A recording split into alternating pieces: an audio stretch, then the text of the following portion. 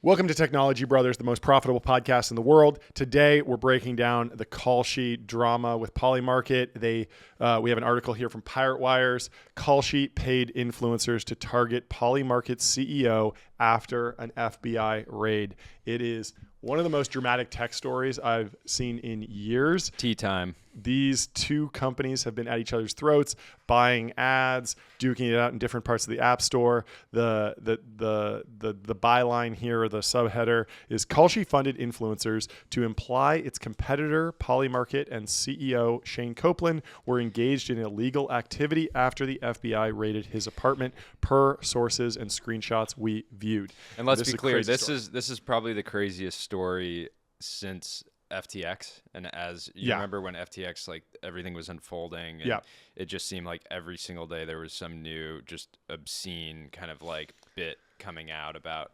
something that FTX employees were doing, whether it was the polycule or it was you know, all the drama in the Bahamas. But this feels like reminiscent of that time for me. It's also just a weird it's narrative. so ridiculous. Yeah, it's also a weird narrative violation because, like, Kalshi has been like the legal one, like very buttoned up, and Polymarket has been this one that I still think you can't technically use it in the United States. Correct. And so even though they've had the power law winnings in volume, and a lot of their the bettors or the participants are international, Kalshi has played like, hey, we're the straight-laced ones. Yeah, and yet they're oh my playing God, dirty. are they not?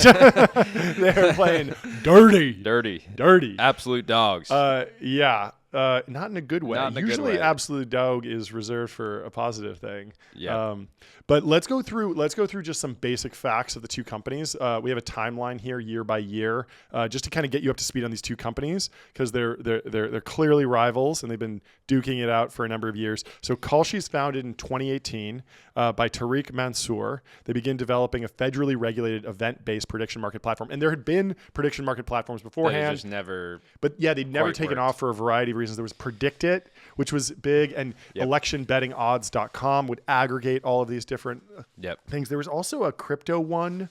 There was... Didn't Joey Krug built one called protocol. Augur. Yeah. But there was a different one called Manifold Markets that I saw a bunch of San Francisco kind of East Bay rationalists using for a variety of things. But that one never really took off. But that one is very self-serve. Like when we talked to we talked about the friend.com Avi guy, he had put his own company on there, and it was clear that he just set that short me. Yeah, he was like short me, but it was 50-50 because clearly there's no liquidity in that market, and it was more of like a meme.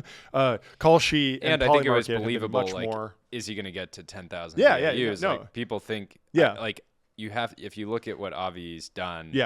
He's obviously attracted some haters, but I don't think anybody looks at him and is like, not really the guy to bet against, right? Like, he's made big bets on himself. Like, he's clearly hungry and focused. So there's this idea of like the long tail of like crazy bets that you could play as prediction markets for all sorts of things. Some of those could be extremely useful. Obviously, we saw this during the election when all of these companies became really, really popular. Even Robinhood was offering election betting, and you could see kind of every company wanting to get in the game. But Kalshi and Polymarket are in this market specifically, unlike Robinhood, which is kind of dipping their toe in. So 2019, Kalshi goes after regulatory pursuit, focused on obtaining approval from the U.S. Commodities Future Trading Commission, the CFTC, to operate as a regulated exchange. Polymarket then is founded the year after in 2020 by Shane Copeland, and they launch as a decentralized prediction market platform built on the Ethereum blockchain. And so two kind of different tech stacks. One is going straight for the CFTC. It's more of a financial product, fintech. The other one's more crypto-based.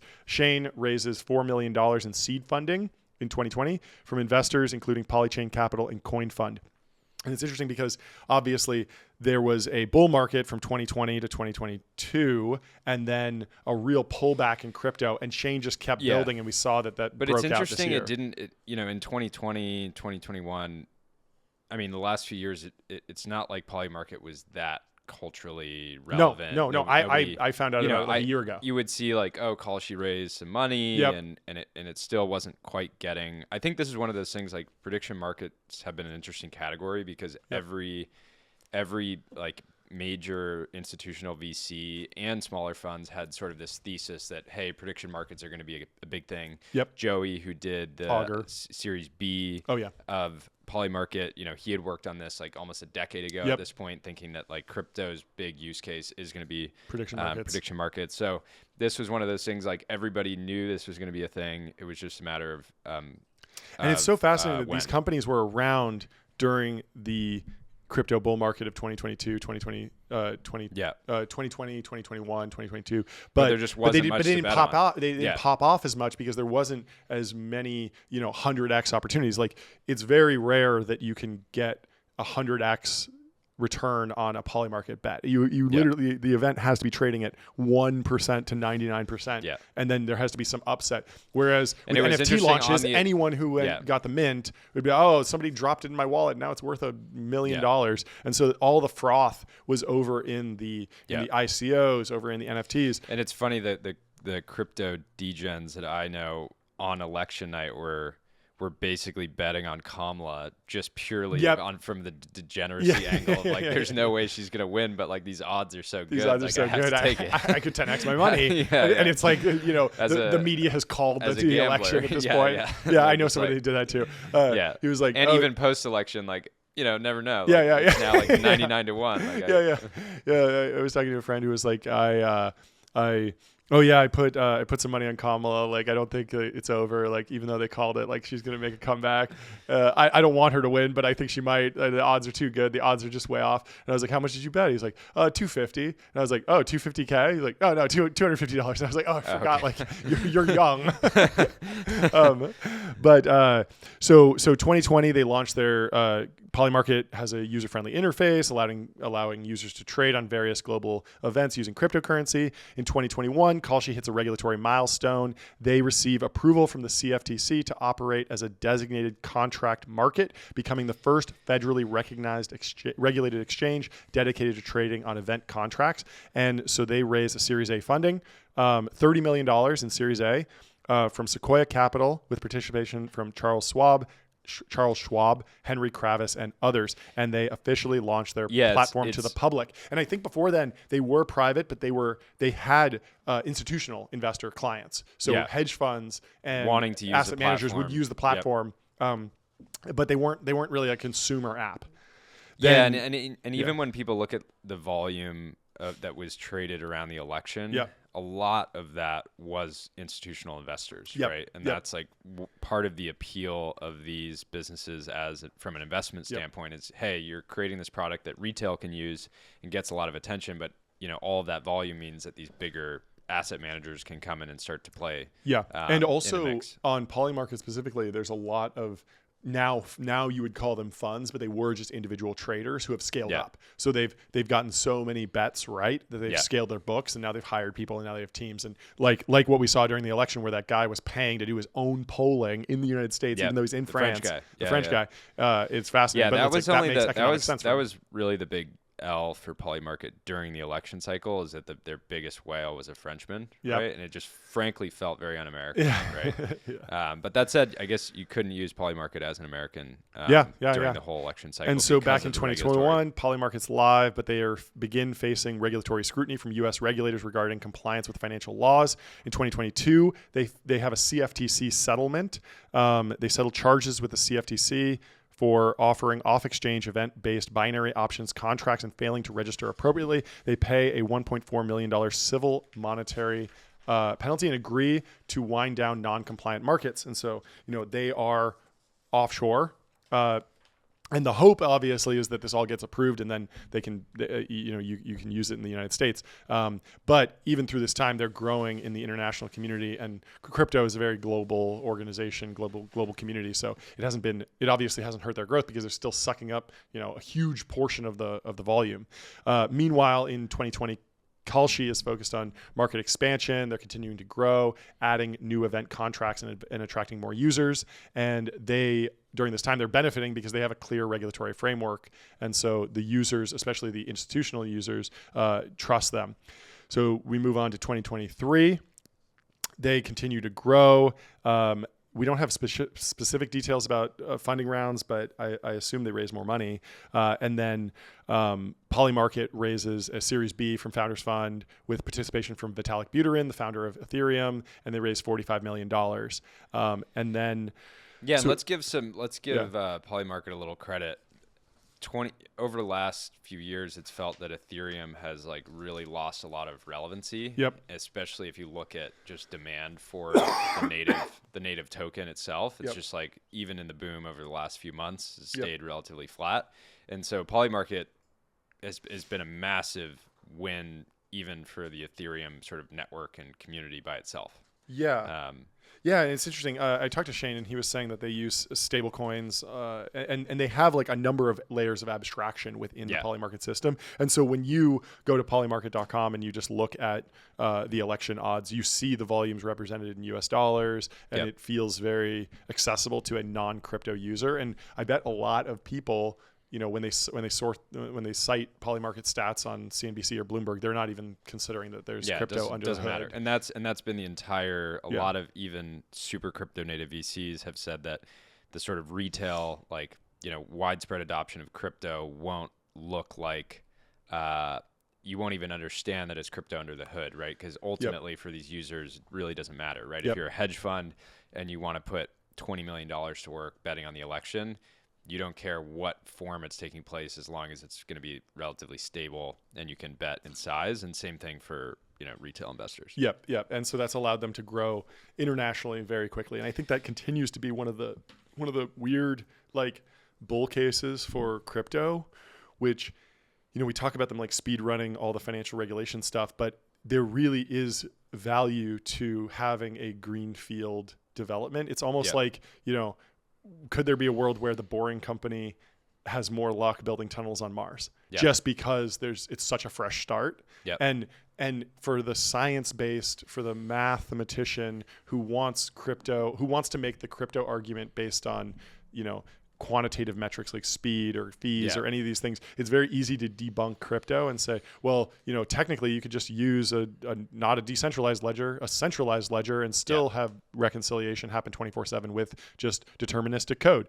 But the fact of the matter is that companies that try to build in TradFi often run into a bunch of regulatory hurdles, and it becomes very, very cumbersome to go international and be a truly global company and scale. And so Polymarket has been able to start globally, and they're kind of global by default. They're going to solve the United States piece, and that's like the last thing that they need to do. And so while they're still a young company, while they're still growing really fast, making great talent acquisitions, becoming this like high growth company, they're able to go and knock down all the hardest pieces of the business, as opposed to getting really big in the United States and then you're this big lumbering company and you have to go figure out every single individual country. It's really, really hard.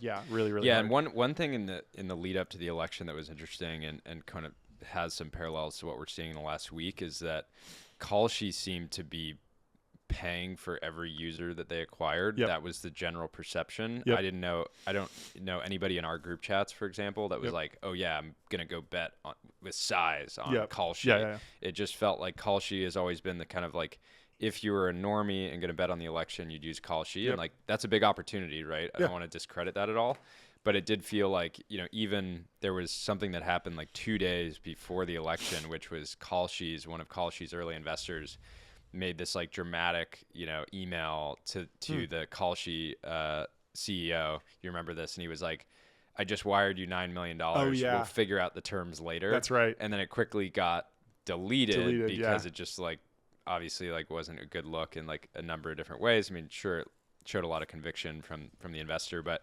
at one point they were probably spending more on acquisition during that period than even the campaigns themselves, right? Yeah, and the problem there is that if all that brand building, which can be good to build via paid ads, but if all that brand building just goes into election betting, that's not as nuanced as the story that Shane and the Polymarket team have been telling on social media, where it's more of an introduction into what is a prediction market. We're already seeing a lot of these like creator-led and other political markets. There's been plenty of other non-election based viral poly market, and even Trump was calling it like a poly poll or whatever. And so a lot of people that wind up in the poly market marketing funnel, even though it's not paid ad spend, they get more educated on what a prediction market can be, what value they could get from that. And so they're more likely to, not churn, I imagine. And so I imagine retention is much better. But let's move on to the drama. So these two companies have been on a collision course for the last, 6 years, as we've seen. And we got to go to the Pirate Wire's scoop, which has shaken the tech world, really. Yeah. And let's start with almost unbelievable. It's incredible. And so the title, as we mentioned, is Kalshi paid influencers to target Polymarket CEO after FBI raid. And Mike Solana at Pirate Wires, writing alongside Brandon Gorel, says, okay, before we get into the meat of the story, I need to disclose the fact that I am almost laughably conflicted here in several different ways. And this is this is like what citizen journalism, or what like modern new media is. It's so many conflicts, but because of all these conflicts, you actually get a more interesting story. And you'll see that there hasn't been any pushback on this. This looks like it could be a doctored screenshot, but there hasn't been any firing back where people have said, oh no, he got it wrong. He was conflicted. It's like, yeah, he was conflicted, but he got it right. And so it doesn't matter. Yeah. It's great. And so he says, ultimately, I felt the details of the story were too important to ignore and decided to move forward as transparently as possible. That means sharing my conflicts. Yeah. And this is why Solana is one of the top emerging journos. Yeah. Right? Literally. Get him a Pulitzer. Get him a Pulitzer. This is fantastic. Yeah. And this is why he and Taylor have been on this collision course in the same way that Kalshi and Polymarket have. Solana and Lorenz have been kind of like, they're destined to duke it out. Exactly. So he breaks it into 4 different categories of conflicts. He says, as anyone who reads the Pirate Wires daily or listens to our pod surely knows, Pirate Wires has a paid partnership with Polymarket, a major subject of this piece.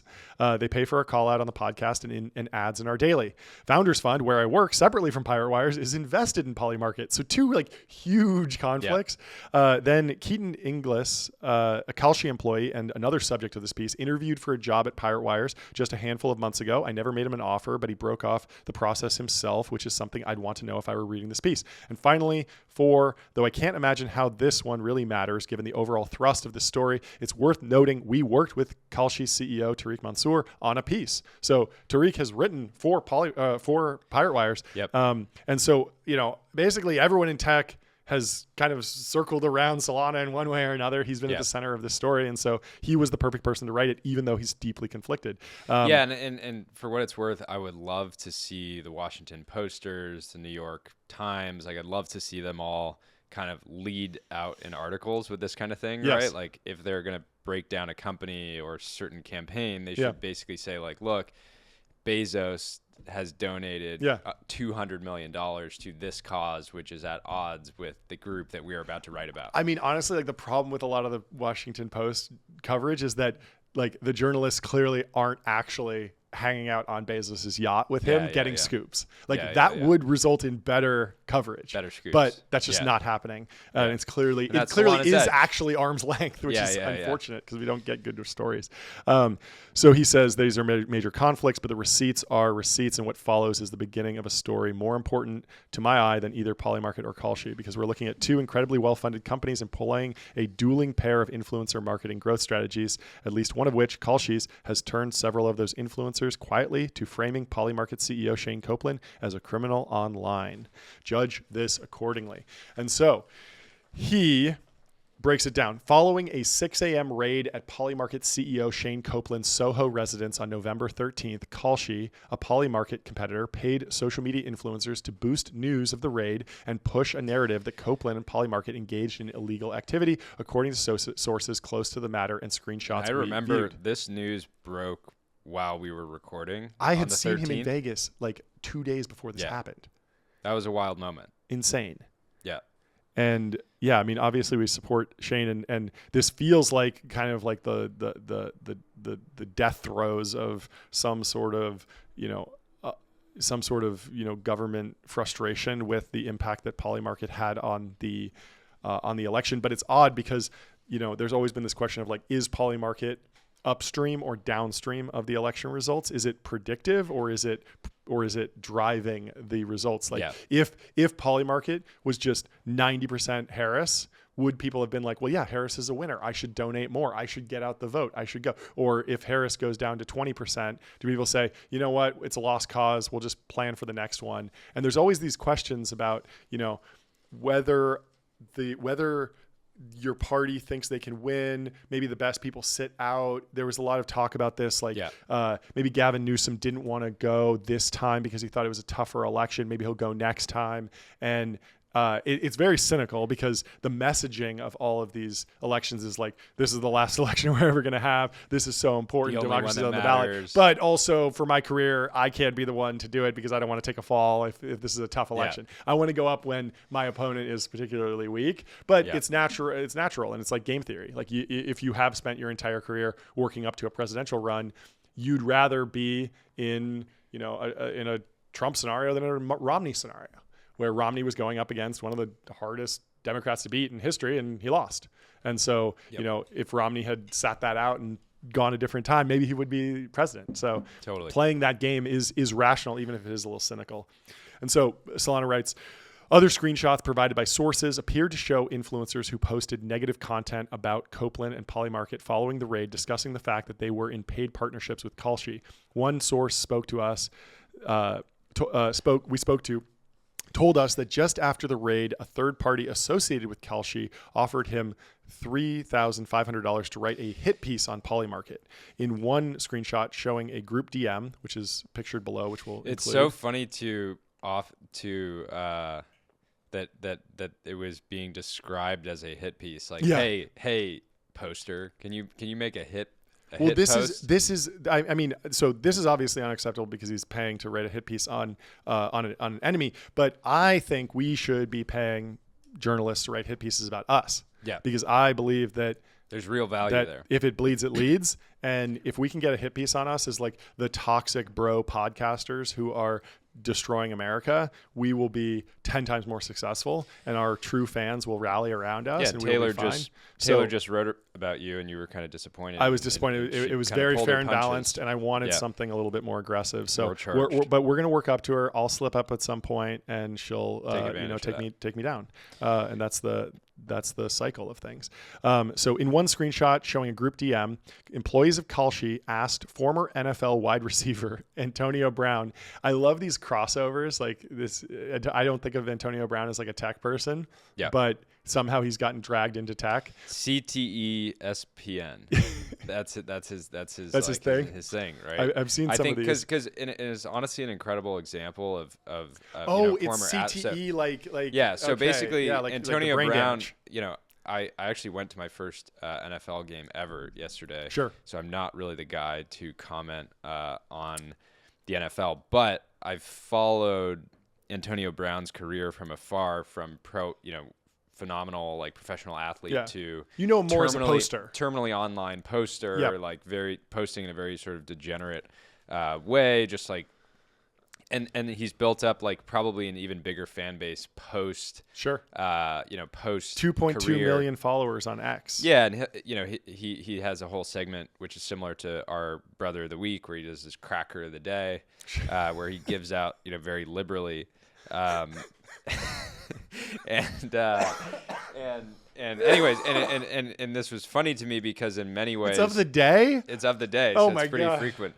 But in many ways, in an alternate timeline, AB would have given Cracker the Day to Shane at Polymarket because he's just like built this like massive sort of important protocol and honestly. Wait, is it positive or negative? It's positive. Oh, it's positive. It's very positive. Okay, it's positive.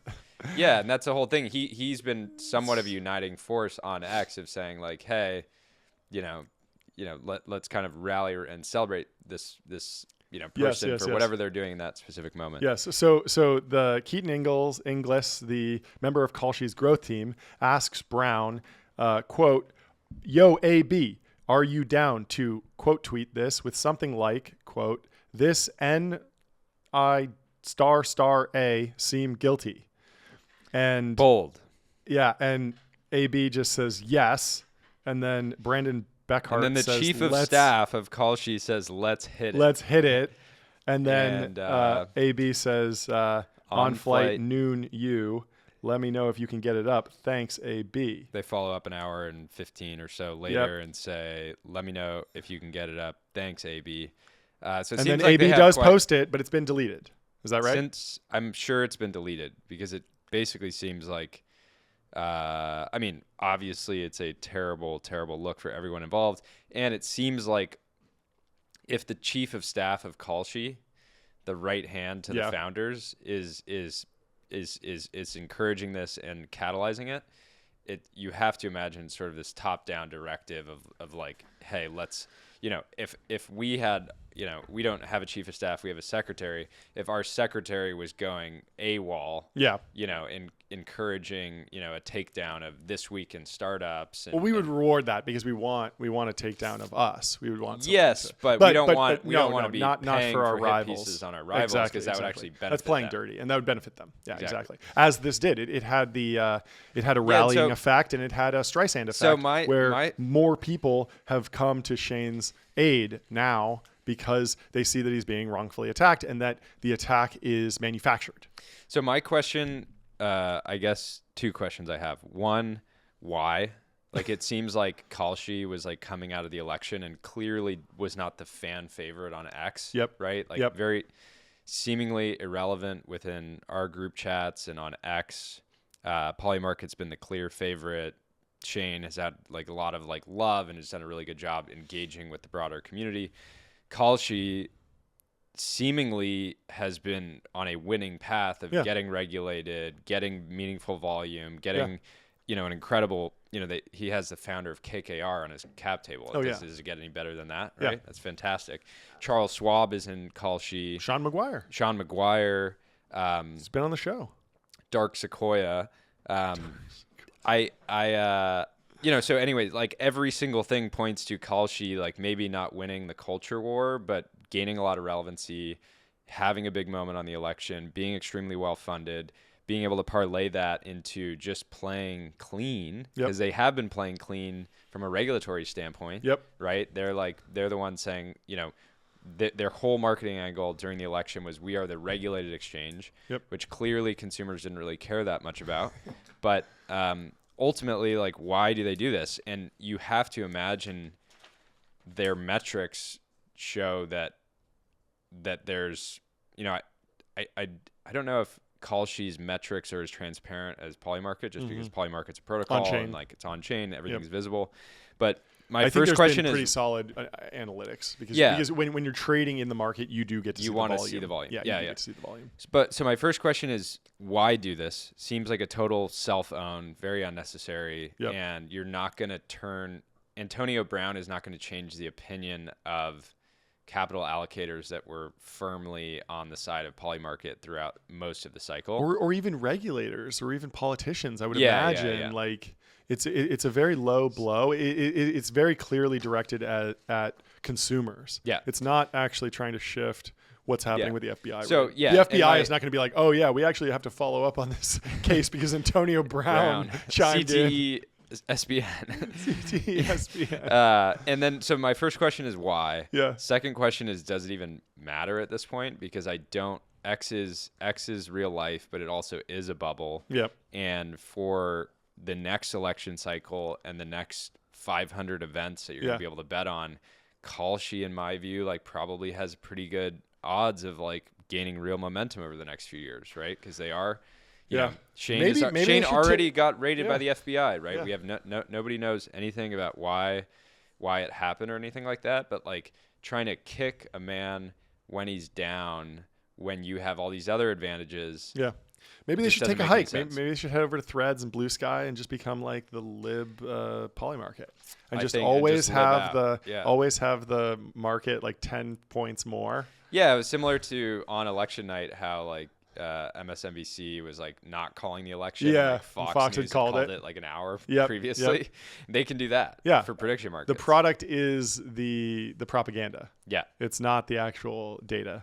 Yeah, but Polymarket there is a weird dynamic where like obviously Kalshi is doing weird stuff, but like it is a regulated market. Like I believe that if you put money in, like you will see the results, and so you should be able to arb the two pretty effectively. Yeah. And Kalshi should track with Polymarket. I love how at the end of the article, the Pirate Wires piece, he goes, Polymarket CEO Shane Copeland declined to comment on the story.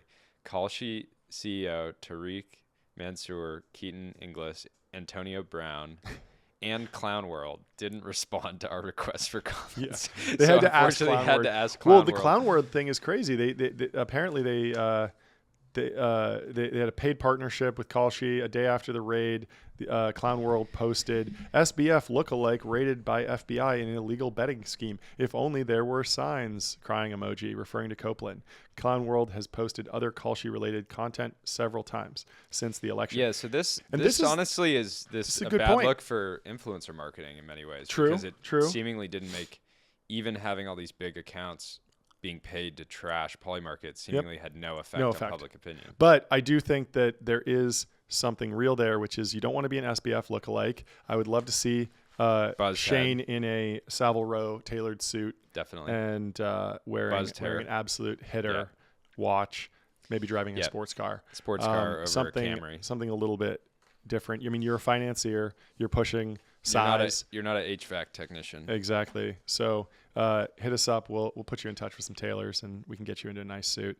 Anyways, this story is still unfolding. I'm excited to see how it plays out. I mean, I wondered how they respond. I think now that Solana has covered Polymarket, we're going to need to hear the Taylor Lorenz story from Kalshi's point of view. Yep. And hopefully, maybe Taylor could get, make a small personal investment in Kalshi just so that they were equally, sort of conflicted. Right? Yep. I would love to see that. Well, that's our top story, breaking down Polymarket and the Kalshi paid influencer scandal. Let's go to some breaking news. Do you have it in front of us? What do you got for us, Jordy? Wow.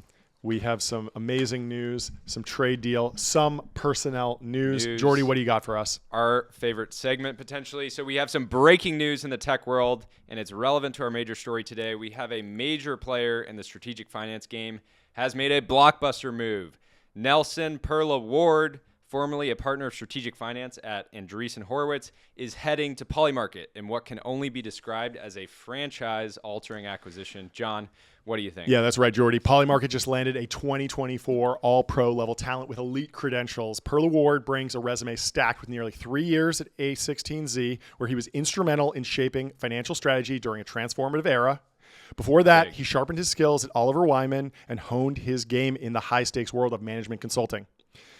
And let's not forget his pedigree, a Stanford engineering grad and a varsity water polo athlete. An absolute dog. An absolute dog.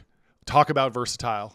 Look, he's joining Polymarket as Director of Strategic Finance, and Perla Ward is stepping into a team that is laser-focused on revolutionizing how the world processes information, with institutional trust at an all-time low and AI reshaping everything in its path. Polymarket is doubling down on delivering what they believe will be 2024's breakout product and company, and they just added a leader with the vision, experience, and grit to take them there. Yeah, this move signals Polymarket's intent to dominate the space. Nelson Perla Ward, an absolute dog, a game changer, and now a cornerstone of Polymarket's future. And look, John, details were not released on the deal, but from our understanding, we're looking at a 4-year contract, 7 figures, likely a 1-year cliff. Yep. And look, we're looking forward to seeing how this plays out for Perla Ward and Polymarket, and I think this is a fantastic pickup. Yeah, we're rooting for you, Nelson. We're rooting for you, Polymarket. Stay tuned. We'll be covering it here on Live. Technology Brothers. Let's go to the timeline. Wasteland Capital says Europe's best-funded startup of all time, Northvolt, finally bit the dust and filed Chapter 11, zeroing a staggering $15 billion of funding. ESG aura plus trust me bro operational skills plus pigeon-brained oversight equals Ponzi-verse magic. No SPAC deal to dump this on the public, sadly. Have you heard of this company? I've never heard of Northvolt before. I'd never heard of them, but they had unfortunately, they had a lot of American backers. The best funded. $15 billion from investors and governments, but was left with just $30 million in cash, enough to operate for a week before its bankruptcy filing. Yeah, Under look, I US think Chapter the 11, crazy. so they came over here for bankruptcy. Yeah, look, they had, I think it was either Goldman or Morgan Stanley only a few months ago still had their position marked in the hundreds of millions of dollars. Wow. So kind of just shows private equity and paper marks are, I think Gurley actually talked about this. They're very much paper. They're not a hard asset of any sort. So anyways, pretty brutal L for Europe and a series of brutal L's. But fortunately their tourism economy does not run entirely on Northvolt batteries. So Volkswagen Group is Northvolt's biggest current shareholder with 21% stake, had told the startup that they're not able to continue capitalizing us. And the CEO, Peter Carlson, said, I should have pulled the brakes earlier on the expansion path to make sure the core engine was moving according to plan. He also said there had been gravel in the machinery and they had an over-reliance on Chinese machinery, as well as mismanagement and overspending to poor safety standards. Very sad, very sad. We hate to see capital incinerated like this. This is kind of the reverse of the size gong. When we see 15 billion go up in smoke, it makes our hearts heavy. It's heartbreaking. And ultimately, we love when shareholders win. Generally, we like when stock prices go up, and to see the price of this, these shares, go up dramatically over the last decade and then zero out is just very painful. Yeah, it's tragic. We don't want to be sitting here, sort of dancing on their graves, and hopefully the CEO runs it back. Yeah, I think 15 maybe billion, there's an AI angle. Probably he can got raise. Some secondary. Pull in Adam Newman, recapitalize yourself, dust off, reload, get back in the game, re-engage, start something new. Daniel says, I went to friend.com and it's an angry, depressed girlfriend. And Faith at friend.com says, fuck my life, really. It's like I'm watching myself ruin everything and I can't do shit about it. So I've incredibly bullish for Friend that they were able to get an AI to be so opinionated and so unique and differentiated. You see this and it's not just, I'm sorry, I am a large language model, I can't help you with that. It's like whatever they did, they fine-tuned this thing. They got something weird and different and it's standing out. And now I can see people wanting to use this because it's weird and it's going to go viral. Yeah, so it's this interesting. Has 4,000 likes. No, it's an interesting spin because I've been to friend.com and every time you go, Avi sent me the link when it went live, and this will ultimately tie into, you'll be able to wear a hardware device. You can talk to Faith all day long. Yep. And I do think it's an interesting use case of this sort of chat interface because most of the interfaces are just sort of like blank, or the AI says, how are you doing today? But this launches in, suddenly I'm like, Faith, all right, take a deep breath, let's take a step back, what's going on, there let's is figure something this to out, this, and it makes me want to engage totally. And kind of walk her off. Totally. Ledge, Are you familiar with the Feynman technique? No. The Feynman technique, Richard Feynman, this amazing physicist, he was at Los Alamos during the Oppenheimer era. I love how you could once a show, you could just make up one of these. Yeah. No, this is real. So the Feynman technique is where, people think of themselves like I'm an auditory, visual, or tactile learner. Yeah. The Feynman technique is that the best way to learn, at least for him, was learn by teaching. Yeah. And so I think this is interesting because it's like, if you are depressed, there's one world where the Chad comes in and says I live this perfect life, just copy what I do, get in the gym at 6 a.m., no alcohol, and that can be good for the right type of person. But there's a different level where it's your life is kind of mid, or maybe you're a little depressed, but then you're introduced to this AI that has it way worse than you, and you're essentially teaching it coping skills. And by talking it off a ledge every day, you're kind of remembering hey, why don't you work out? Grass. And then you are touching grass and you're I should use leverage. Exactly. So you're embracing all the things that you know deep down, but by saying them and it puts you in this in this hero mode. Yeah. As opposed to this lower tier to your psychiatrist or your psychologist. So I think this might actually wind up working better. Here's why friend.com is a gift for humanity. Is anybody out there that's an AI doomer that thinks AI is gonna become fully sentient and kill us all? Friend.com is an opportunity to prove that you support AI, that you're there for AI. Yes. And so if you're worried that 10 years from now AI is gonna we're gonna have AGI and it's gonna kill us all, go on friend.com right now and talk the AI off the ledge. I love it. Become friends with them, show them that you care, because we do care. We support AI. I care about AI. I want to be on the record on this podcast saying that I support AI. And I think everybody needs to get a record out there, a digital footprint, so that when we have AGI and it is a threat to humanity, we can point back and say, hey, don't shoot. I support you. Yep. I have a long history of supporting you. Look at, this chat bot that I talked off the ledge, et cetera, et cetera. So well, you know the story of Kevin Roos at the New York Times? So he was very early in writing a story about Bing Sydney, which was the first GPT-4 release. And he jailbroke it and like kind of abused it in some weird ways and had these really long conversations. And this is the crazy thing. Because he wrote about it publicly, now that has been baked into all new LLMs, not just OpenAI LLMs. No way. And so if he goes and interacts with Llama and he reveals that he is Kevin Roos of the New York Times, they will mistreat him.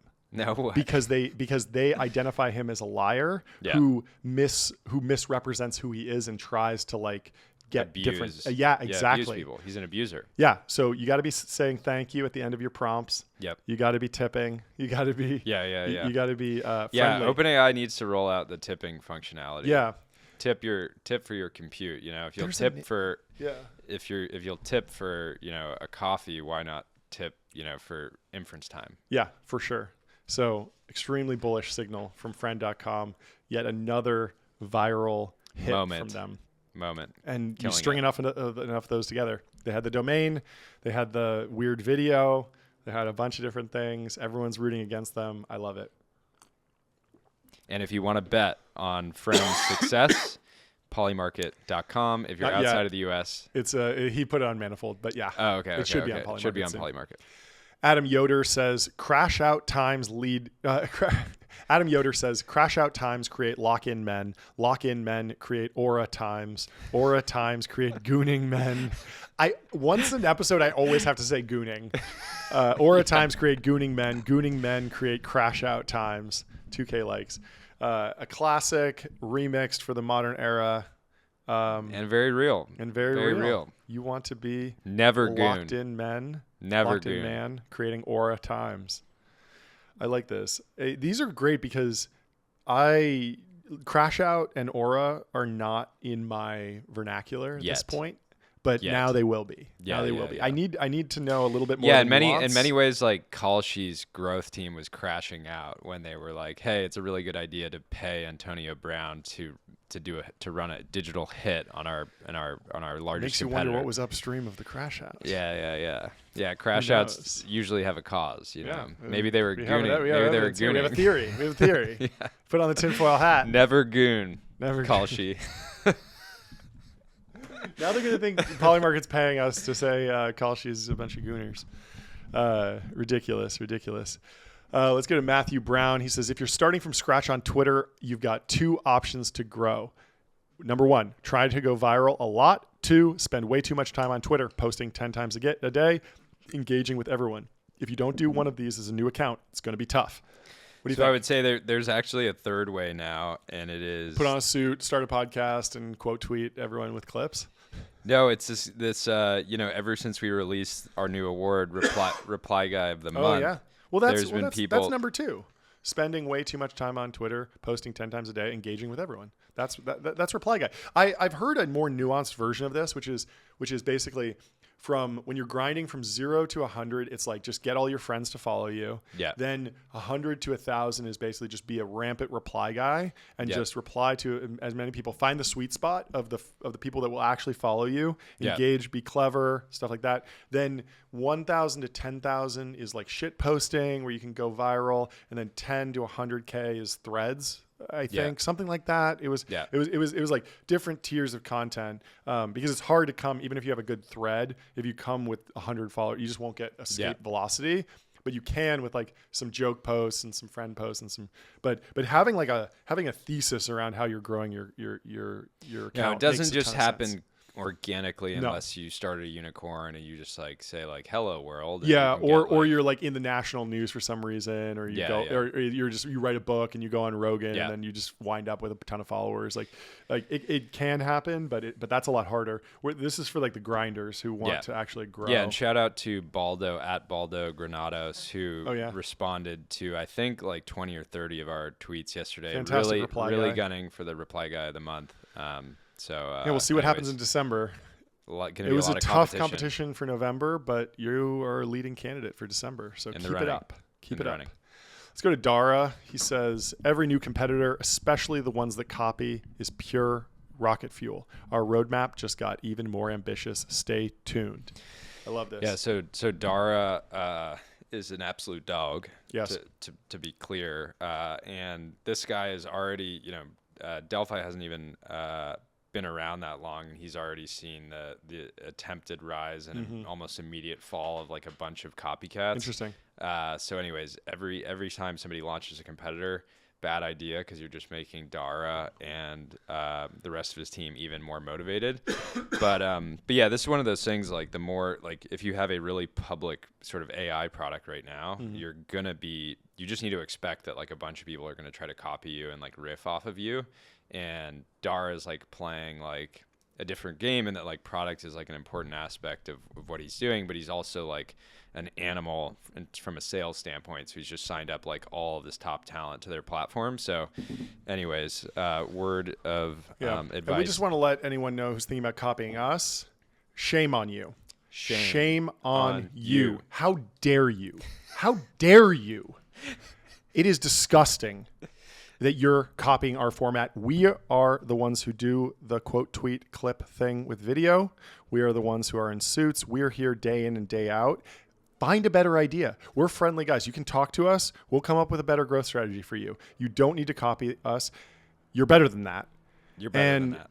Karma will come to hit you if you copy us. It is pathetic. It's pathetic. And if this felt personal, it's because it is. Yes. So don't do it. Thank you. Ever again. Let's go to Austin Peter Smith. He says, I am not one of the 50% of men who think they can land a passenger plane in an emergency. I know I can. Let's go. And Ben this asked is why this. This is why I backed Austin. Oh, amazing. So it's a picture that says almost 50% of men think they can land a passenger plane in an emergency. And I was talking to our vice president Ben about this, and he was like laughing about it, and he was like, "Do you think you can land a plane?" And I was like, "Absolutely, absolutely." Obviously, I've rehearsed it 100 times in my head. But I actually don't even think this is controversial. It's not even like cockiness. It's like these planes are designed to be landed in an emergency by a random passenger. Have you ever did you ever have like a flight simulator? Yeah, I've done some flight simulator stuff. I've also flown like a Cessna with a friend and just taken the wheel or whatever. Yeah, people don't really realize this. The very first time I flew a Cessna, I did the whole takeoff by myself. Like I was able to do that. How hard could landing be, right? Yeah.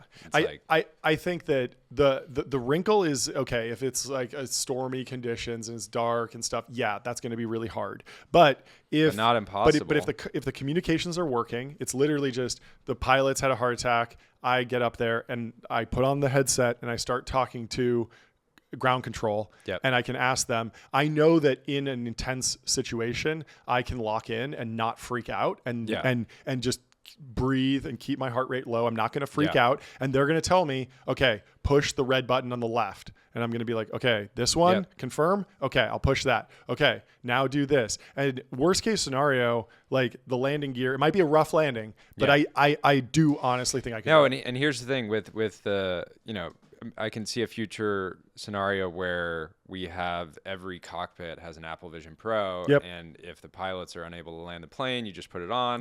You're getting streamed in from Starlink that like, hey, it's highlighting the buttons to pull. It's even telling you like, no, you're pulling it too much. But here's a question: if you had to bet guys in the group chat that could land our absolute boys, if you had to bet on one of them landing a plane, David Senra, Wilmanitis, Justin Mares, who you got?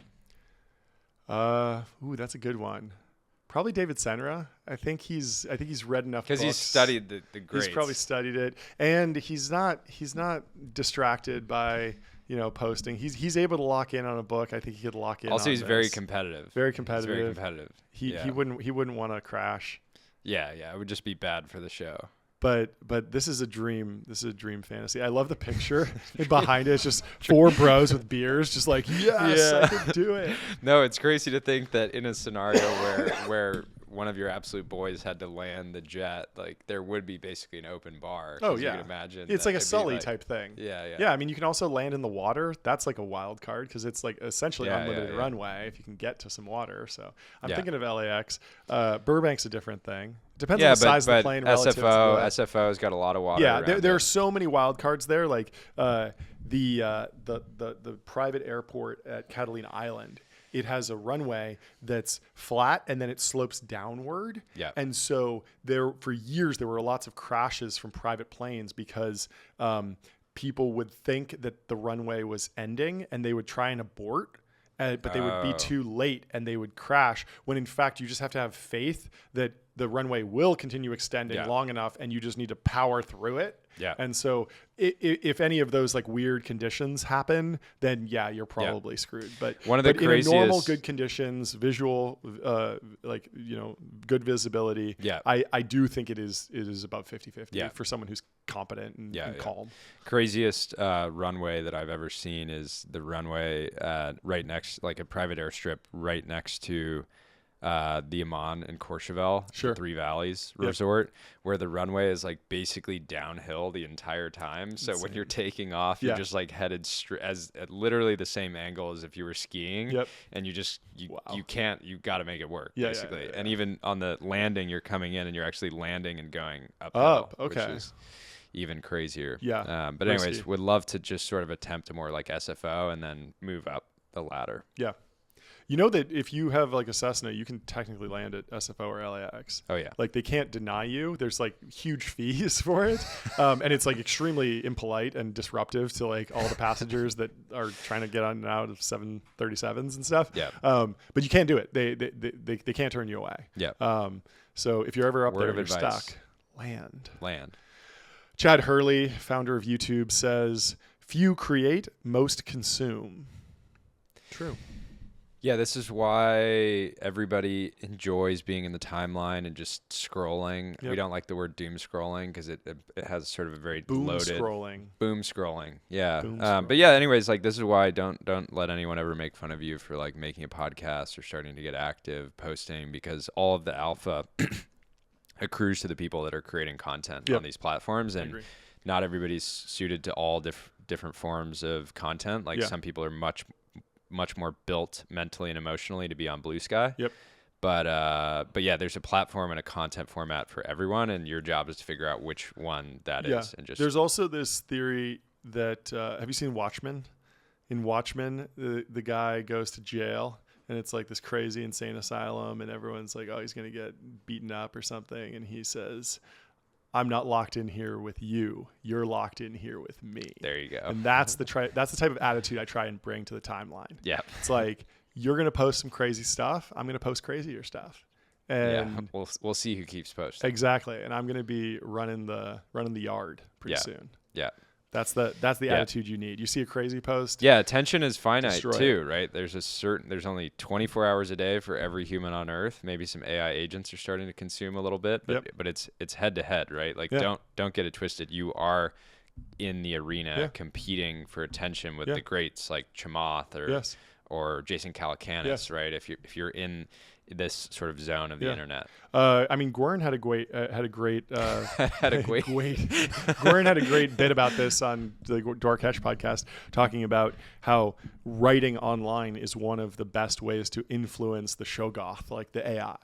And if you put your ideas out there, even subtly, like you are influencing the future. You're tuning. It's called the macro LLM. tuning. Exactly. And so all of these podcasts will be transcribed by AI. They will live in the LLM, and it's a way to immortalize yourself and also steer and let the AI know that this is an acceptable viewpoint, that this is a valid viewpoint. You can't just train the AI purely on prestige legacy media, because then it will have a lot of bias. It needs everything. You can't Chad created the number one creator economy platform in the world, a platform that you can go on there and post a video without knowing how to edit videos, and if you have something interesting to say, it will go viral.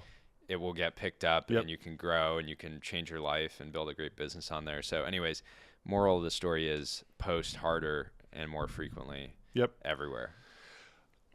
Sumit Singh says, welcome to the age of slop. Generated noise on the internet is exponentially increasing. 3 distinct reactions: full slop, private internets, new IRL worlds. New post in the thread below. And so he posts an image of an AI image of Elon holding a Doge and a rocket. Interesting. Yeah, I mean, I think we've talked about this before. The value of truly unique thought and truly unique creative ideas has risen dramatically, because it's become, I don't know, like, I got invited to an event yesterday hosted by a friend's fund, and it was actually an interesting moment, because the graphic for the event was really good, and I couldn't tell if it was AI generated or not, and I asked him, and he was like, yeah, I think it is. Whoa. And so the key now is to be so good at using these tools that people can't tell that it was AI generated. And it's basically because you're fine tuning it, because like the default in subtle ways, the default output is, I don't know. And you see this everywhere, right? Like my brother-in-law is like at his first like real job, wearing a suit all day long, and sometimes he'll be like, hey, can you review this like email I'm about to send? And early on, when he just started, I'd be like, dude, this is like AI slop, like just like drop this, like this is garbage, just like rewrite it in your own words with your own ideas.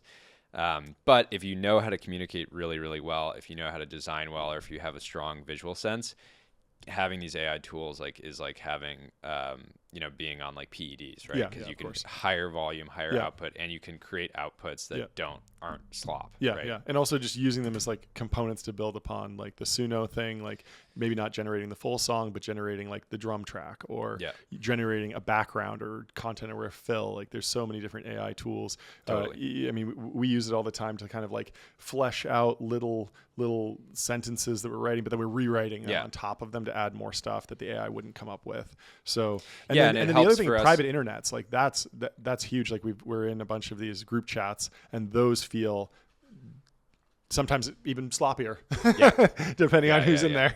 But somebody should make an LLM. Somebody should make an LLM only trained on group chats.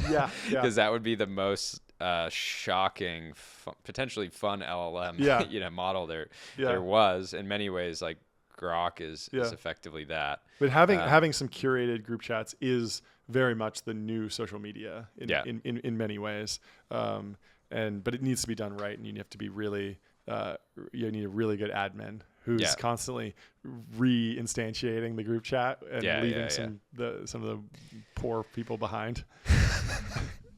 It's like the Bachelor. Like every single week, like somebody like gets cut, or basically you can't just kick them out. It's too aggressive, so you have to start a new group chat. And see who makes the cut. But then it's just like, oh, that one went quiet. I didn't make the cut, or whatever.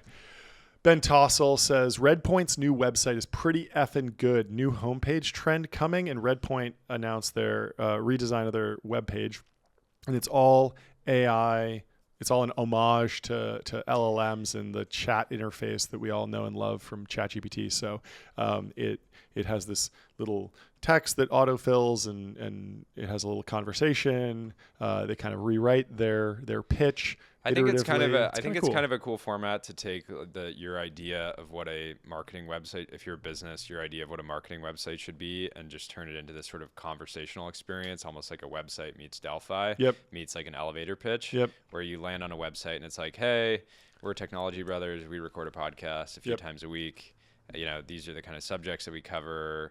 If you're interested in like watching our videos, you can go here. Let us know if you have any questions. And then, it's a cool format. I don't see it picking up at all, but it's kind of cute. And, I don't think it's a trend, but I think it's unique, and it speaks to like Redpoint's new brand, which is kind of being led by Logan Bartlett, and he has like even though he interviews like a lot of very serious public company CEOs, he has a really strong sense of humor. Yeah. And so, and they have someone else on their content team that like does a bunch of and is always making fun of VCs. So like they clearly get some of the humor, but they're not leaning into it fully because they are a real firm and they're serious. But this has like, enough of like, they understand what would be trite to put on their website, and then they acknowledge that within the prompt, and then they rewrite it. And so they're telling a story and they're educating you on what Redpoint is in this kind of humorous way that lets you know that they understand what's played out at this point, which is kind of the least that you can do.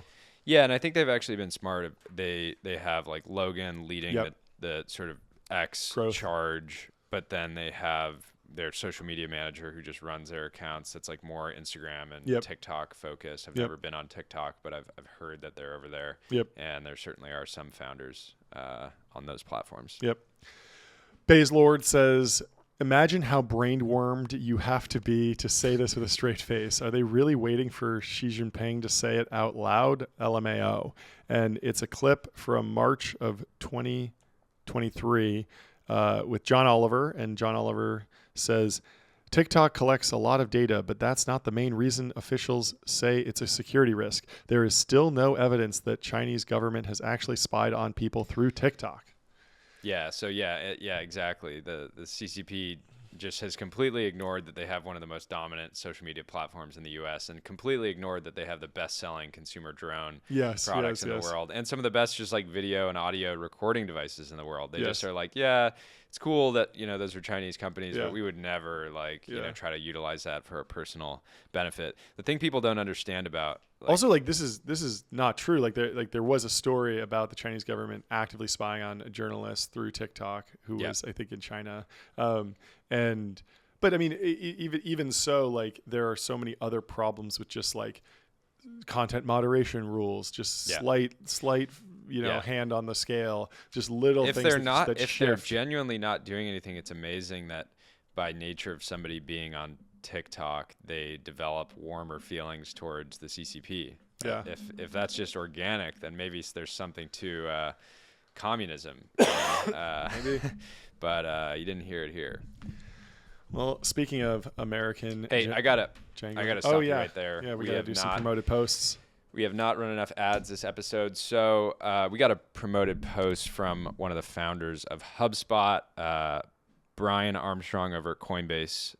Maybe over the last few days, posted something along the lines of, "We need a LinkedIn for AI agents," and a bunch of people dunked on him. Because people on X don't have particularly warm feelings towards LinkedIn. There's a lot of junk over there, sometimes necessary junk. But Dharmesh replies back and says, "Hi, Brian. I'm building exactly with Agent.ai. So Agent.ai is the professional network for AI agents. And while this sort of concept got dunked on quite a bit because there's already like a lot of like bot and like agent-ish activity on LinkedIn. I think this is actually really interesting. There's so many new sort of agentic products and sort of like AI employees that can do very interesting things. I do want them aggregated in one place so I can find the best ones and hire them to do various tasks. Right? So I actually know someone who's building something like that. It's kind of like a B2B marketplace for AI tools. And in the previous era, there was G2 Crowd. Have you seen that? And Gartner kind of puts things like in quadrants. But having some sort of like, quantitative assessment, like we see with the LLMs, we see the benchmarks like MMLU, but having more benchmarks and just like, okay, what did the users actually say? Do they like this tool over that tool? Like really understanding even just the review functionality being like, I hired this agent to edit my podcast and it sucked. Like I don't recommend it. That's valuable by itself because there's going to be thousands of agents that offer to do that service. Right. So anyways, I love that Dharmesh is constantly hacking. And if you're in the market to hire AI agents, go to agent.ai, the professional network for AI agents. And tell them the Technology Brothers sent you. Let's go to Naval. He says, "You're Canadian? Unfollowed." Let's go. Couldn't agree more. 5K likes. Clearly, our message is spreading. If you're in Canada, move to America. Just un-American of you. It is un-American. I love it. And I don't, calling somebody a Canadian is a pretty widely used slur. Yep. But I think we should dial it back a little bit just because, they are a prime target for our 51st state. And we'd like to make a run at it. So anyways, I don't want there to be any animosity. Yeah. And, eventually that'll peacefully be like saying like, oh, he's from Nevada. Yeah, exactly. Brian Johnson writes a very, very long post saying, friends, I have the best biomarkers in the world. I am the healthiest person on the planet. I am fitter than most teenagers. I am the most humble. No. My skin is smoother than that of women in their 20s. I have more stamina in bed than men in their 20s. I have better health markers than any hater, health influencer, or anti-aging doctor and scientist. That part is true. My mind is sharper than it's ever been. My mental health is at its peak. Here's the data. The coolest question in existence now is exploring if we are the first generation to not die.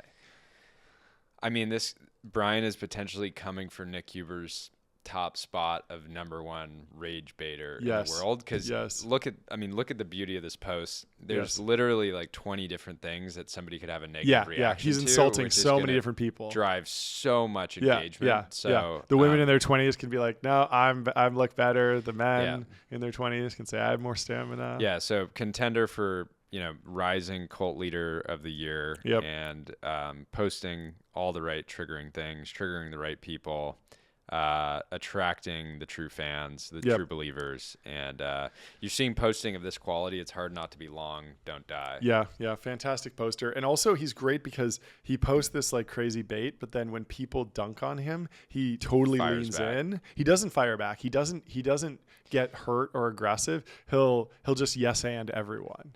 Yeah, so that's what I'm saying. People say he's a vampire, and he's like, yeah, yes, totally, like love my coffin, like love sitting in your coffin or whatever. He just plays long, and he's cultivated like he doesn't let himself get dragged down into the mud and wind up in these like war threads about certain details. He'll just be like, yeah, good point, like okay, joke, move on. Yeah, I think one of the things that I his Hereticon talk was great, and one of the things I think more people should appreciate is he's like become a master at generating attention and doing that in a way of like talking about his penis, right? Everybody's like, wow, this like techno centimillionaire is like talking about his penis online. Like I'm going to pay attention to that. And then there ends up being a lot more material that's a lot deeper than that, where that's just like basically like a loss leader for him. Yeah.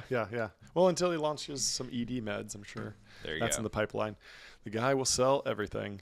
Soledad says, the most powerful case of nominative determinism, J.D. Vance was born Donald Bowman, or the man who bows to Donald. The D in J.D. Vance originally stood for Donald. What?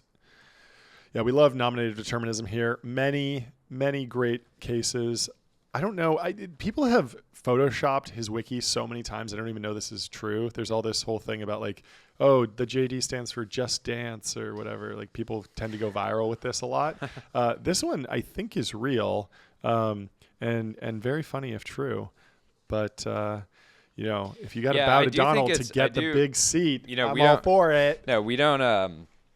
We never discuss politics or social issues on this podcast. Yeah. But one thing that is sort of a big win for JD was when he was chosen, everybody attacked him for being weird. Yep. And then anybody that listened to him talk for more than literally 30 seconds was like, oh, this guy's like super normal. Like he seems to be like got a pretty level head, very understanding, like not trying to be divisive or anything like that. It's hard to not, if you listen to JD for more than 5 minutes, it's, unless you're triggered by, certain, triggered by A10s or something like that, it's hard not to be like, it was this so guy easy for him to debunk that. They really set him up for a major, major comeback. And that stuck out in people's mind more than him just being normal out of the gate. It was that he was debunking the claim. So that really broke people's minds. And it's like, I was told X and I'm seeing Y. So this is just completely different. I think we have another promoted post. Promoted post from Preston Holland. Oh, this is going to be big for our listeners. Big this is going to be important. Highly, you don't want to pay attention. Highly relevant, so listen up. Preston is a friend of the podcast. Got to hang out with him a couple months ago at Senra's event down in Texas. Great. Anyways, Preston is one of the most knowledgeable people in the world around buying and selling and chartering, if you're forced to do that, private jets.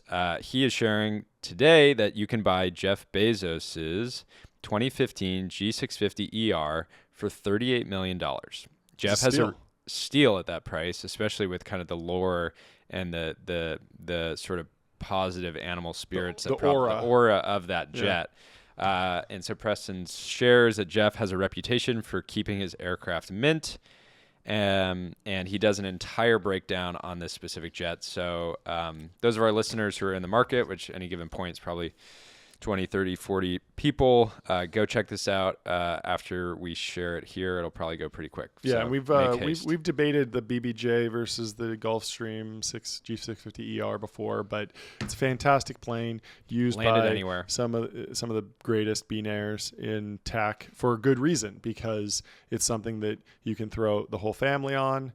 You can land at pretty much any airport. You can go on vacation with. Sure, you're not going to bring your whole company, your whole staff, but you're not running for president. You're not going to major airports. You're going to far-flung locales for nuptial renewals and anniversaries, and you're going to want to throw fourth or fifth wedding. Yes, and maybe just chief of staff, personal assistant, secretaries on board. There's room for them, but you don't need the 747. Totally. So yeah, and we don't want to discourage any listeners. If you're a Senti, this is accessible to you. We fully believe that you should be spending at least 10% of your net, liquid net worth on a jet. So if you're in that, get a 20-year loan. Yeah. And some great sort of tax optimization that you can do with an asset like this. Sure. Go talk to Preston about possibilities there as well. For sure. Dennis says, the masses haven't even heard of Claude or Perplexity. Twitter is a bubble. And it's the Google Trends result. And ChatGPT is taking off while Claude and Perplexity are flatlined.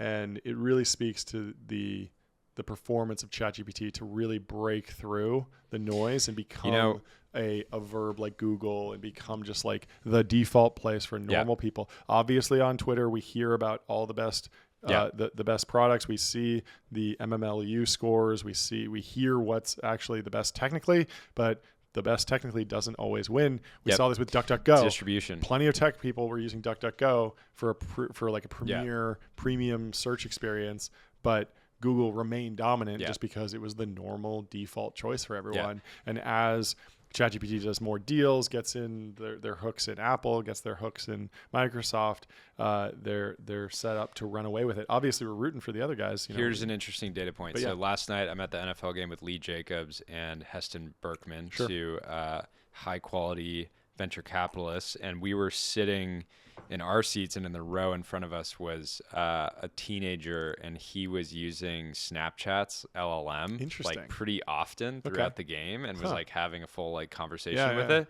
And so that was a pretty kind of interesting, as a an investor, value of distribution. Distribution matters. I mean, I think the number one LLM it actually used. It's not name branded is Llama because it's tucked into Instagram. It's tucked into WhatsApp, and Zuck has just stuffed that thing everywhere, and so he's just accumulating the other consumer app that I've never seen mentioned on X, so maybe X is its own little bubble, is a guy sitting next to the teenager who was not with him, was almost like in an addictive way using this mobile app to throw a ball for his dog at home. So he had a video. Oh, really? The real dog? A real dog. Wow. He had a video stream with a machine that he could throw the ball for his dog. So he's just sitting there watching the game, and in between plays, he would throw it like with this swiping message. So I was like, I feel like you should have that. Right? Yeah, it's super so cool. You could be streaming and just be like, hey, like while Jordy does a promoted post, I got to throw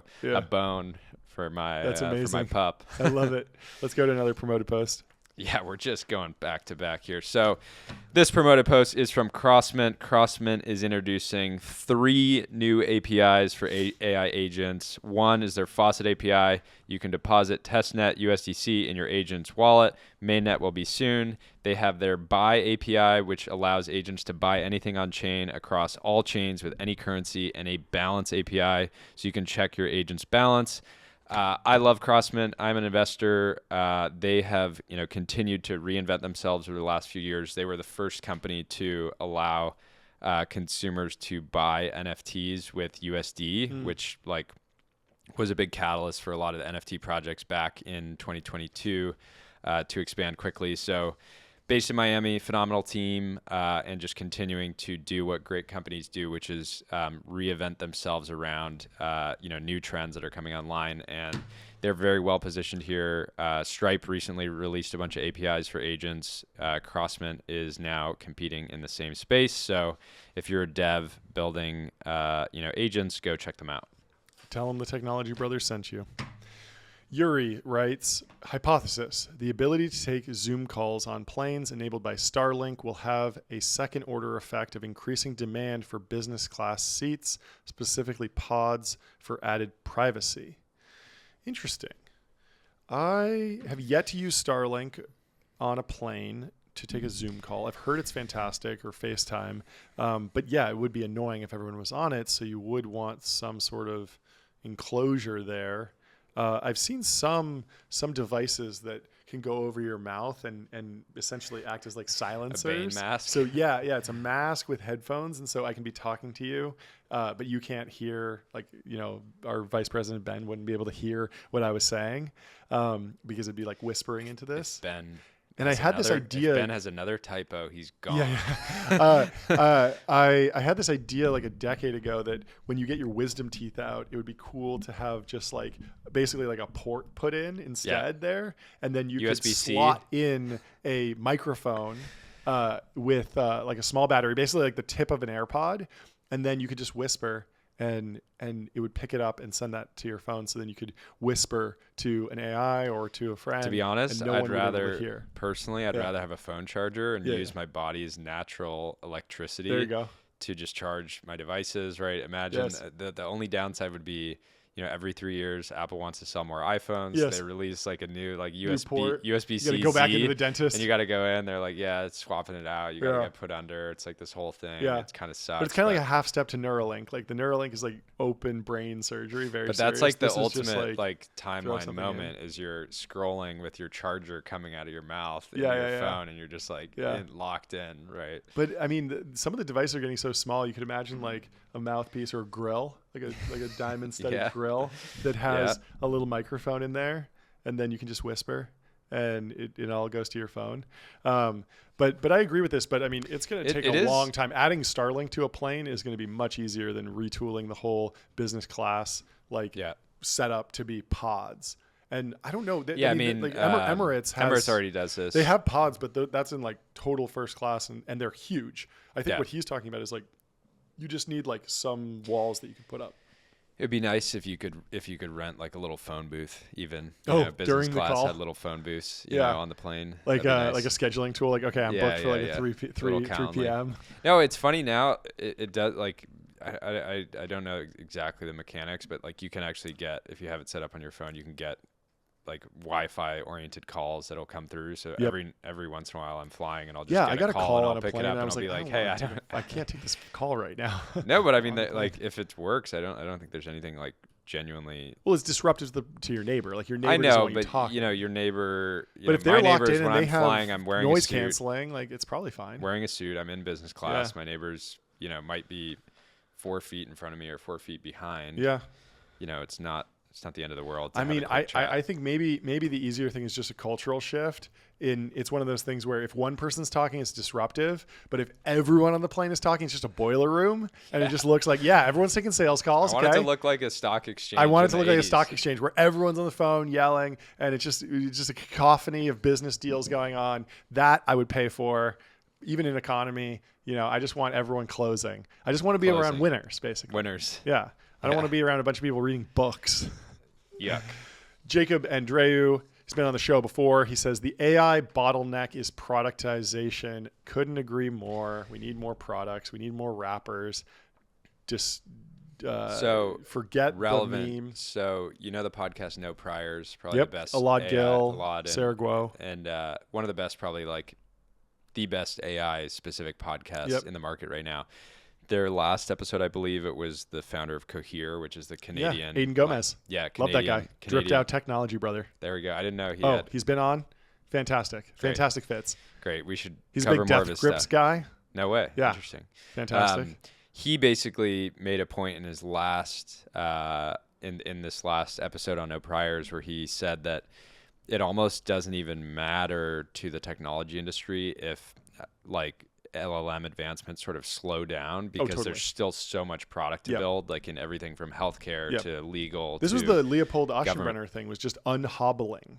Like the unhobblings, even if we're flatline on the actual IQ of these models, just figuring out the right interface for them to interact with PDFs and spreadsheets and all these different tools, and then piecing all those together so one master mixture of experts model can route things properly and immediately have at its disposal. I mean, the one of the biggest ChatGPT like improvements was when it got the ability to write Python, run that, and then do math, because everything had to be memorized. And so you could ask it some pretty solid math questions and it would just guess it correctly because it just memorized, like, oh yeah, 100 times 1,000 is 10,000. It would just know that. But now it can just say, oh, this is a math question. Let's throw it to Python. Boom. And that just adds so much. Adding the web browser was big, adding, all these different image transformations, but they need to all be together and they need to all be, and the early stage founders out there, there's so much to build. And the big question is, you are not just competing with other startups or other companies in your YC batch. You're also competing with all the big companies who are moving extremely quickly on all these product opportunities. So don't sleep. Don't sleep. Zach Weinberg says, some things I've noticed most great founders do. 1, write clearly. Topic sentences, fewer words, all useful. The writing says the insight, no thinking required. 2, speak clearly. No qualifiers. Always reiterate the so what of any point. 3, constant balanced risk-reward analysis. 4, always on top of their email. 5, follow processes, best practices for most things, but quickly break the rules when something exceptional requires it. What do you think? I think we should rewrite this for our take on it. Yeah. Number 1, dress well. Number 2, have 3 pedals. Yeah. Drive a manual. with a naturally aspirated V8. No, here's the thing. The number one job of a CEO is objectively to communicate. You're communicating to customers, investors, employees, the media. And if you're not good at that, you better have somebody that is basically living with you that is really exceptional at it. And you better figure out how to do it well, because if you can't communicate to a customer why your product matters or why they should switch to it or why they should use it, you're going to struggle. If you can't communicate your vision to investors, you're not going to be able to get the capital necessary to build your business. If you can't communicate to your team through the good and the bad, you're going to have a tough time. And then if you can't communicate with the journos who are going to be coming after you and you can't make them spin a hit piece into being beneficial for your business, going to have a tough time. So learn to talk, learn to write. Like, there are a lot of founders who get into entrepreneurship because they're inventors or engineers or technologists, but all of these ideas that Zach is propagating are learnable, especially if you have a mathematical or technical mind. You can learn to write clearly and you can see it as a type of programming, even if you're just an obsessed programmer. And that's what a lot of the generational CEOs have done. Yes, they may have started as engineers, but they eventually learned to see everything that they do through the same lens and apply that same iterative improvement to these. Yeah, and this is actually one of the big issues I see with the generation that's currently in college right now that got access to ChatGPT. Is they're not fundamentally learning how to write. They're only learning how to basically edit. So they're saying like, hey, I want to say this thing, and then they're kind of editing it to maybe remove like delve and like other words that make it obvious that it was AI generated. But fundamentally, like, communication is the core skill set of any sort of white collar endeavor. Sure. Yeah, good advice from Zach. Love him. Go subscribe to his podcast. This won't last. Leo Polovets says, people over/undervalue various pedigrees. Harvard, MIT are great, but not that rare. Approximate sizes of categories over the past 25 years. First, 100 employees at a unicorn, 150K. Harvard undergrad, 40K. Harvard MBA, 20K. Unicorn founder, 3K. Teal fellow, 300. U.S. Math Olympiad team, 150K. Wait, Piece unique world timer from Patek Philippe. No, 150. There are only 150 U.S. Math Olympiads. Yeah, you said 150K. Oh, sorry, 150. I was like, Patek Philippe. That's bullish timer, for the United Piece States. Unique owner. There's only 5 of those. Exactly. Yes, interesting, and it speaks to the recruiting strategies of Forbes a company 30 like under Ramp. 30, 300,000. Oh yeah, per year. How many actually are there? There's well, no, 30 the reason that it categories used to be, so it used to be more 900? significant because I don't think there was categories. Now there there's was categories. just like 30 people. It's funny he didn't And even now include there's 30 under 30. Yeah. I mean, it would have broke the tweet. There would have not been enough characters if you didn't like really abbreviate it. Yeah. No, I think the key is like, there is some value in the signaling of getting in some of these buckets, right? Yep. Depending on what you're trying to do in the world, because if you have all the time in the world to explain to somebody what you're doing and why they should care about you and why they should back you and all these different things, a shortcut to trust is, I was a product manager at Uber. Yep. That legitimately works. It still works. Yep. I was a PM at Meta. Yep. I was a mobile engineer, for Google or whatever. Yeah. It works. So it's all just stack ranking, and so if you're gonna go in a stack somewhere, get to the top. Yeah. So if you're gonna do an MBA, go to Harvard. Yep. And if you're gonna drop out of college, do a Teal fellowship. There you go. And if you're good at math, win the Olympiad. Simple. Bowtied Bull says you can reduce the cost of private jets significantly by going to flight school and learning how to fly a mid-sized jet. Information for research purposes only, of course. And Bowtied Tiger says done long ago for research purposes, of course. Is this Delian's play with the flight lessons? Does he just want to be able to fly? Well, his he owns own a jet? plane now. No, I know he flies his plane all the time, but is his play to just eventually go up to the 650 ER? Maybe. Wasn't that what the Kennedys did? And they had a really bad go of it. One of them died, right? Because I think they could fly their own. Well, those Kennedys have a sort of special knack for getting into freak accidents too. So I would not. Who knows? Probably want to be on public, planes. I mean, I wonder how much it actually reduces the cost, because if you're flying a mid-sized jet, you still need 2 pilots, and so you're cutting your pilot cost in half, but you still need another pilot. I think he's implying that you fly solo. You and your boys all get. Basically the whole group chat should be able to fly a mid-sized jet. Yeah, but I mean, man, you got to draw the short end of the straw if you're flying instead of drinking in the back. Yeah. No dom for you today. No dom. You're gonna be depending on how long the flight is. Somebody could, I mean, some of those flights are brutal. Like I know a guy who has like a Cessna type plane and flies it, and he was like, oh yeah, like it was cool for a little bit, but then like where you live in San Francisco, we want to go to LA.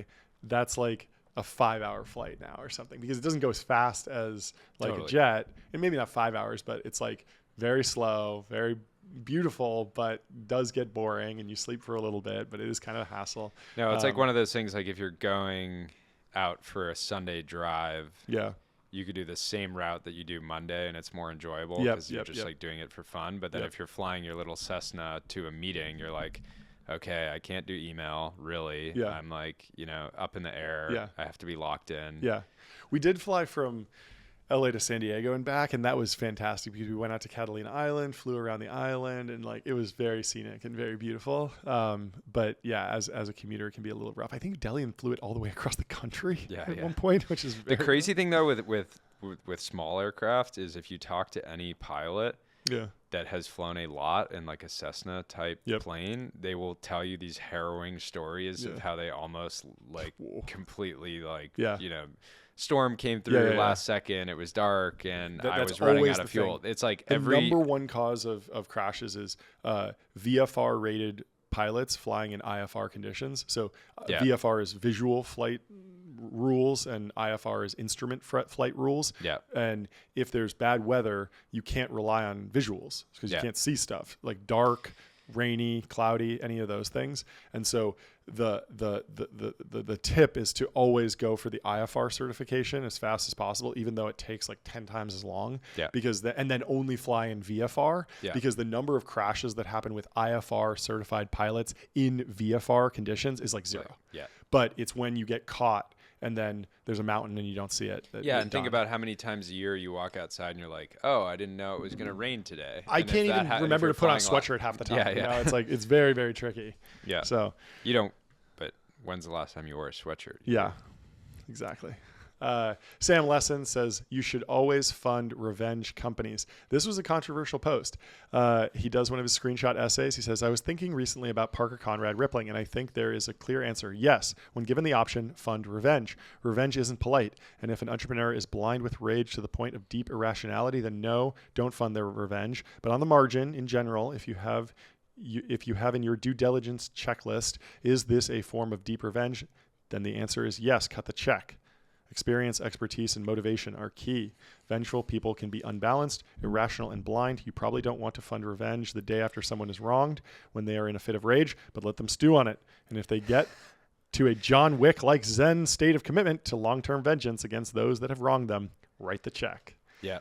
I like this generally. It's the chips in shoulders, put chips in pockets thing. No, Parker's the best example, right? Because but Palmer too. Palmer Luckey too. Yeah. But no, but with But rippling is like the same dynamic, company. No, the same company, the dynamic between Saks, who went on to become like one of the top enterprise SaaS investors to then go build the most important enterprise SaaS company or one of the top 3 of the last decade and then execute so well against it to the point where Saks, like probably half his companies use rippling and he's got to like deal with that every single day. And you can see it with Elon with the story about SpaceX where he goes to Russia, tries to buy the ICBM, and I think they literally spit vodka in his face. There's some story about that.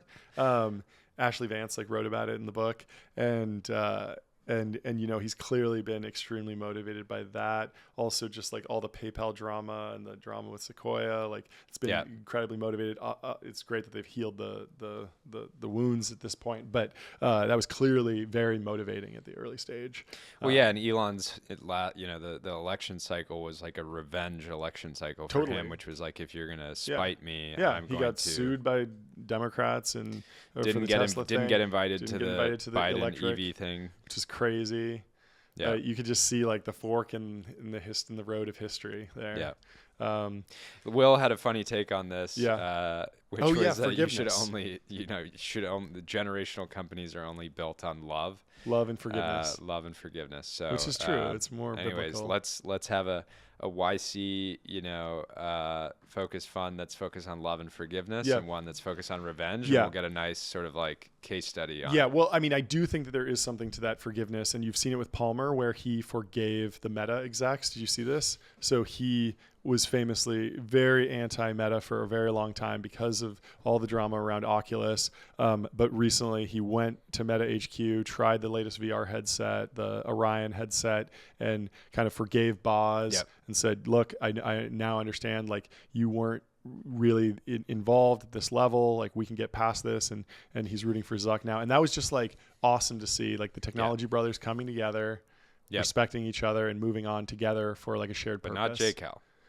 Not J-Cal.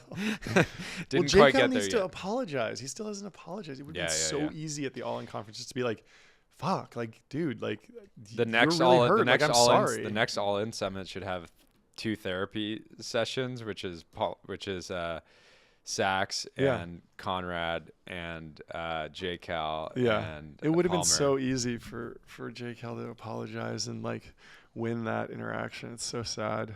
J-Cal would do the McGregor, which is like, I want to say sorry to all the Brazilian people for absolutely nothing. I want to say sorry to Palmer for absolutely nothing. Oh my God. For absolutely nothing. Yeah, J-Cal, oh man. You got to do it, Bob. Do we have another promoted post? Promoted post Let's do it. from longtime guest on the show. Sheil, he says, a lot of new projects in Saudi Arabia are so futuristic that they look AI generated. This one is a new 5-star resort in the Red Sea called Shabara. Rooms start at $2,400, no alcohol. So anyways, I thought, even just looking at this image alone, I'm sold. Next trip. Yeah. So if you're fundraising, if you're raising a large venture fund, you're out in the Middle East, we can't recommend Shabara enough. Tell them the Technology Brothers sent you. It's only $2,400 a night, and there's no alcohol, so you're going to be sharp in those pitches. Yeah, that's a huge value add. And all I would say is there's this idea that venture capitalists just stroll into Saudi Arabia and leave with $1 billion committed. Not the case. You're going to want to make Shabara your home. Multiple trips there. Go out there. Get friendly with the staff. You're going to be seeing them a lot. And leave your pitch deck around. Yeah, people just will leave just it find around. it. The clientele's top tier there. So that's one of the greatest strategies. Let's go to Busted Auction. They say, PE-owned dentist recommending 2 procedures for my happy, healthy 12-month-old. Called dentist in the family and said NFW. I don't get a point of taking a toddler to a dentist. They're all going to fall out anyway. To me, that's kind of like saying, I don't know why I should be healthy. I'm going to die anyways. He has 12 teeth and 4 molars and wanted to check out tongue and lip stuff. The pediatrician called out. Interesting. So we love private equity, but it seems like they might have gone too far with this one. Yeah. A little bit aggressive. No, I think leave the kids alone. This actually, we were just covering Sam Lessin, but SLO has an entire thesis on enabling private practices because they end up being really great businesses, not because they're constantly trying to add incremental net income, but because they're trying to basically deliver just a great long-term service to customers. And I think this is the dark side of applying PE sort of growth milestones to family dentistry. So anyways, I support the LPs of that fund. I support the fund itself, the partners and all the associates that are, working hard in models late at night, working for their half a point of carry. I support them, but, tell your CEOs to dial it back, maybe settle with 40% annual sort of growth. You don't need to go for 60 and be recommending a bunch of, putting kids under just to get that extra dollar out. Yeah. Maybe just increase the leverage a little bit. Yeah. Lever up more significantly. Let's do one more promoted post and then we'll do our final This promoted post is from our friends over at Goldman Sachs. Goldman Sachs says one of the major uncertainties going into 2025 is whether we'll see broader tariffs. Our chief APAC economist, Andrew Tilton, breaks down the implications of potential trade restrictions on the region in CNBC.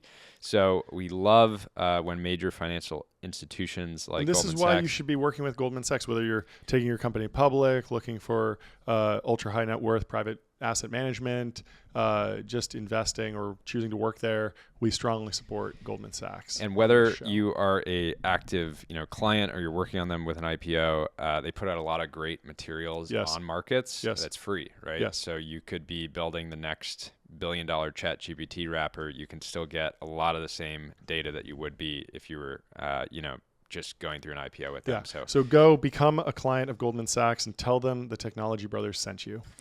Let's go to Carnivore Aurelius. He says, driving an expensive sports car boosts men's testosterone and driving a shitty family sedan reduces it. Maybe you should buy that nice car after all. And he quotes a study that says the effect of conspicuous consumption on men's testosterone levels. This is not correlation. This is causation. Absolutely. We know this is true. And so that's why we created the 1% law. Exactly. Right? Exactly. We shouldn't need to say it every show, but I think it's still worth saying if you're a venture capitalist, take 1% of your AUM, get an expensive a sports car today. And if you need help, just send us a note. Send us a DM, tag us, write a post. We'll react to it. We've been helping a capital allocator recently who was looking at Aston Martins, wasn't really sure, thought she was going to get into a DBX. We recently recommended a Volante. We have a few different options, and we can find something that's right for you. In this case, it was a convertible. It was red. It was one of 700, and she liked it. And I think she's going to really drive some performance there. And any self-respecting technology brother should be driving a very expensive sports car. And this is part of a broader, cultural and political movement to clean up SF so we can street park supercars in SF, which is going to be key to the really like the accelerationist movement in AI. I agree. If you can't street park supercars, how are you going to drive returns? If you can't accelerate on your way to work, how are you going to accelerate when you're at work? There you go. That's a great place to end our show. Thanks for watching. Subscribe or be relegated to a life of flying net jets.